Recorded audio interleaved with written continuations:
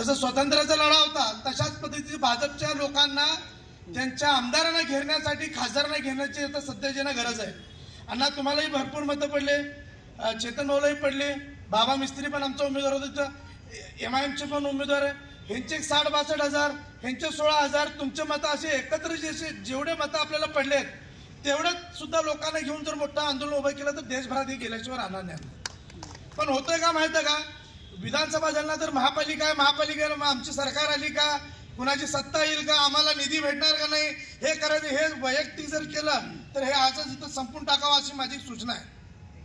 कारण का वैयक्तिक स्वार्थामुळे देश खड्ड्यात चाललाय, तर हे कुठेतरी थांबवणं गरजेचं आहे. मी आणखीन एक सांगतो की रस्त्यावरची लढाई हे उग्र स्वरूपाची करणं गरजेचे आहे.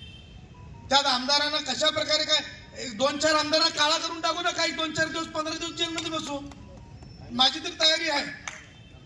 जर चुकीचा करत असेल तर 1-2 आमदारांचे नाव सांगा, कपडे फाडायला प्रहारचे कार्यकर्ते येतील. पण मला काय म्हणायचं, आपण आक्रमकपणे जर आंदोलन करायचं असेल तर वैयक्तिक स्वार्थ बाजूला ठेवून केलं तर चांगली गोष्ट आहे. आता आपण एकमेकांविरोधात लढलो अण्णा, बरोबर आहे ना, एकमेकांच्या विरोधात लढलो, आता निवडणूक संपलेली आहे.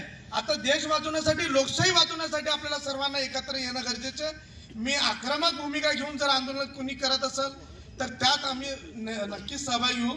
आणि मगाशी पण एकाने सांगितलं की ज्या दिवशी सरकार त्यांची शपथविधी होईल त्याच ठिकाणी जे ना हजारो लोक जर रस्त्यावर आले आणि आंदोलनाची सुरुवात झाली. आज काय होतं, थोडेच लोक येतात, आपण सुद्धा तेवढ्या ताकदीने लोक बोलवत नाही. निवडणुकाचं रॅली छान दिसायला पाहिजे म्हणून आपण लोक बोलवतो. मला काय म्हणायचं, हे काही पेड मेंबर जरी असले तरी हरकत नाही, पण बोलवा, आपण आपली ताकद दाखवणं गरजेचं आहे.